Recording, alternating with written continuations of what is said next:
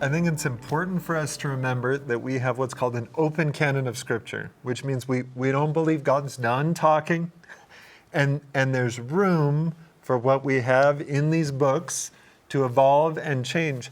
And typically that happens with the Doctrine and Covenants, right? There's a history or pattern of this There's a history or pattern of this happening.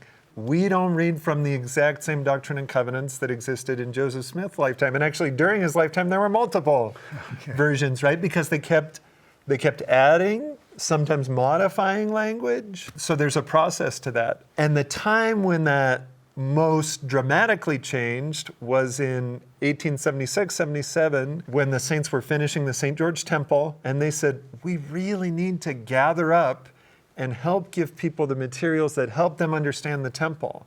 And so Orson Pratt, the apostle, was called to look for materials that could be put in the Doctrine and Covenants.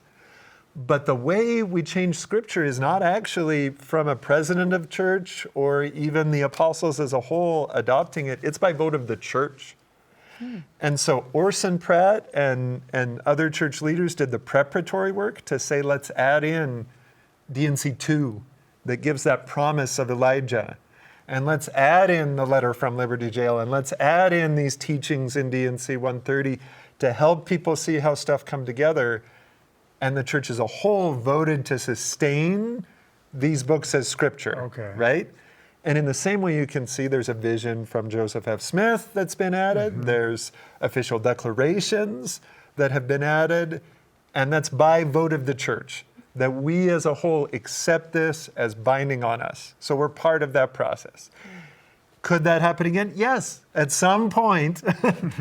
I'd imagine that it's going to happen again. And it could be documents like the Family Proclamation that have been around for a while, but we decide that we need to elevate that in a different way. It could be excerpts from Joseph Smith's teaching to the Relief Society, right?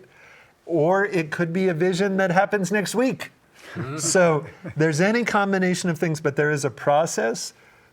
We believe that anything the Lord's servants teach with His Spirit is a kind of Scripture, right? Yeah. And so General Conference, it's always Scripture. It doesn't mean it's less, but we add it to the scriptural canon through common consent in a conference of the church in this specific way.